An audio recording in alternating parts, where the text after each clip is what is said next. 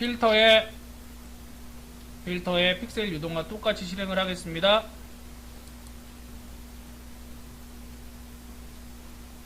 자, 화면의 크기는 좌측 하단에서 맞춰주세요. 화면 크기에 맞게. 아니면 더 확대를 해도 상관없습니다. 원래 이거는 디테일하게 잡아줘야 되기 때문에 실질적으로는 확대를 해주는 게 맞아요. 뭐 이런 식으로 내가 작업할 부분을 이렇게 확대를 해주시면 되고요. 이제 실질적으로 픽셀을 밀어서 한번 표현을 해볼게요.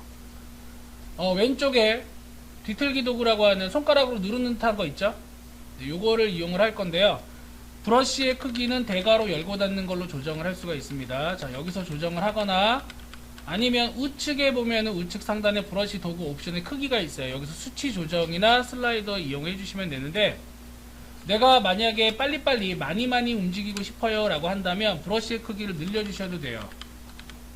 이렇게 늘린 다음에, 자, 여기 팔뚝 부분을 보정을 할 거예요. 보통 컴플렉스 부분이 여기 팔뚝이라고 많이들 하더라고. 남자들은 굵은 걸 좋아하고 여자들은 가는 걸 좋아하고. 자, 밀어봅시다.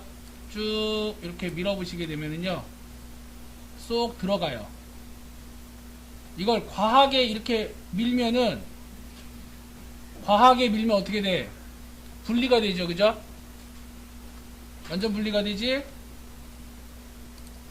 자, 이렇게 분리가 될 때는 반대로 복구 도구 이용해가지고 복구를 시켜줘야 됩니다.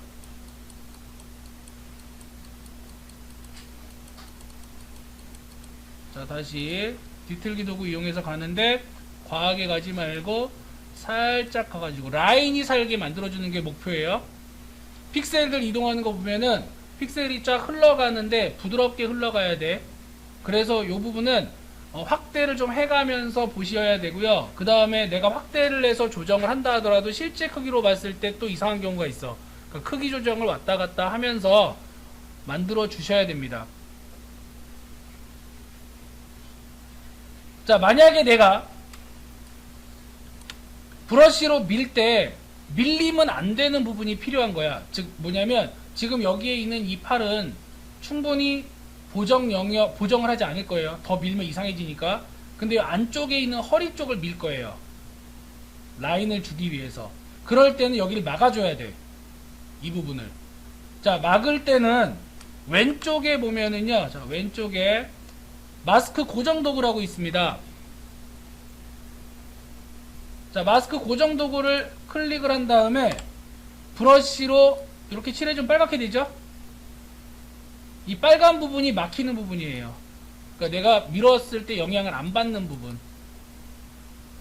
이런 식으로 칠해 주시고요. 이렇게 마스크를 줄 때 저는 이렇게 크게 줬는데, 이렇게 크게는 안 주고 그냥 그 신체 밀리지 않는 부분만 싹 만들어 줍니다. 실제로는. 지금은 크게 보여주려고 일부러 브러쉬 크게 했는데 사실은 작게 이렇게 해가지고 그려줘요. 요거 알아두시면 되고, 다시 이제 뒤틀기 도구로 갈게요. 첫 번째 손가락 모양의 아이콘을 클릭을 해서, 자, 허리 라인 쪽을 쓱 밀어보면은, 자, 이렇게 밀어보면은 들어가요. 쏙 들어가죠. 브러쉬 크기 조절하면서 밀어도 돼요. 세부적으로.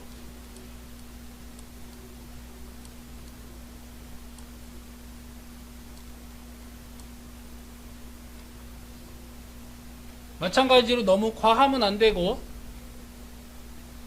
밀어보시면 알겠지만 빨간색으로 고정이 된 영역은 브러쉬로 앞만 밀어야 얘는 영향을 안 받습니다.